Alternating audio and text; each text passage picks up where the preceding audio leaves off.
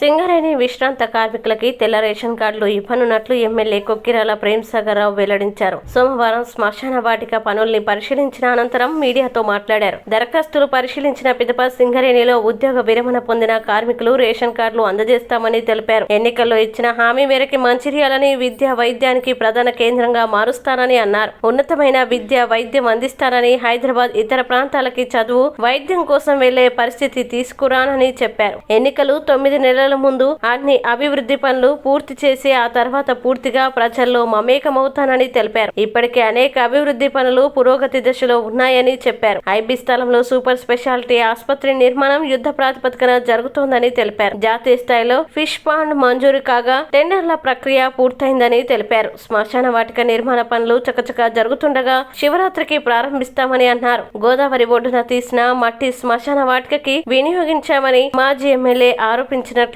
అమ్ముకోలేదని వివరణ ఇచ్చారు. జాతీయ స్థాయిలోనే 1-2 చోట్ల మినహా ఇలాంటి శ్మశాన వాటిక లేదని అన్నారు. 4 ఎకరాల విశాల స్థలంలో 5 కోట్ల రూపాయల వ్యయంతో నిర్మాణం జరుగుతోందన్నారు. సోలార్ విద్యుత్తు 12 రోజుల కర్మ ప్రక్రియ అక్కడే ఉండి నిర్వహించడానికి ప్రత్యేక గదులు నిర్వహిస్తున్నట్లు తెలిపారు. వచ్చే నెల 9-10 తేదీల్లో ఉప ముఖ్యమంత్రి బట్టి విక్రమార్క 2 మంత్రులు మంచిర్యాలకి రానున్నట్లు ప్రేమ్సాగర్ రావు తెలిపారు. పూర్వాభివృద్ధిలో ఉన్న అభివృద్ధి పనులను పట్టణాన్ని పరిశీలిస్తారని పేర్కొన్నారు. బట్టి పర్యటనతో అదనపు నిధులు మంజూరు అవుతాయని ఆకాంక్షించారు. ఎమ్మెల్యే వెంట డీసీసీ అధ్యక్షురాలు కొక్కిరాల సురేఖ, అధికారులు, కాంగ్రెస్ నేతలు తదితరులు పాల్గొన్నారు.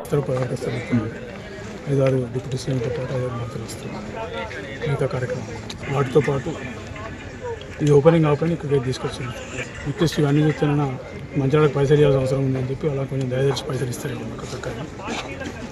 అట్లా మార్కెట్ కూడా చేయిస్తాను.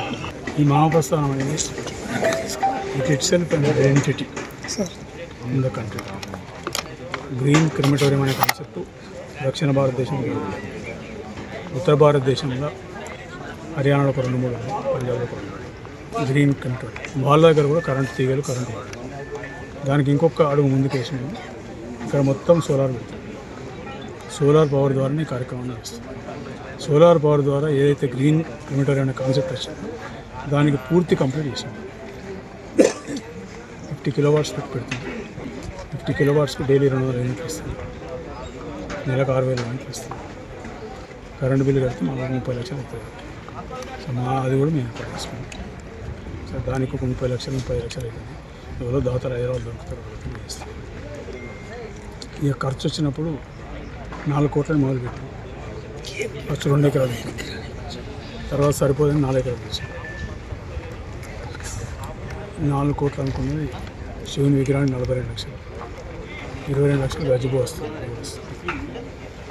ఈ గ్రీన్ చెట్లు కానీ, గర్దింగ్ కానీ, వ్యవస్థ అంతా దానికి 1 కోటి వేలు.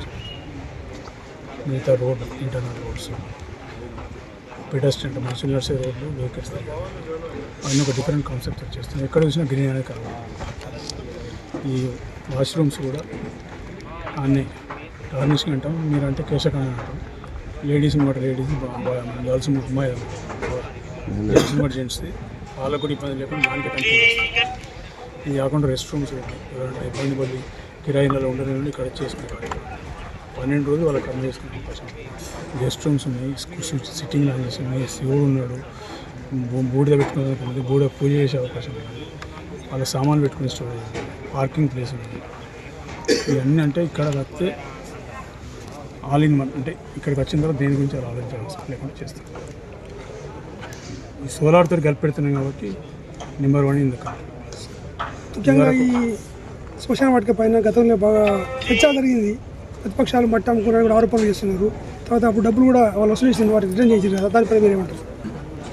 వాళ్ళు న్యాయం ఉంటే ఎందుకు రిటర్న్ ఇచ్చారు? వాళ్ళు తప్పు లేకపోతే రిటర్న్ తీయాలి.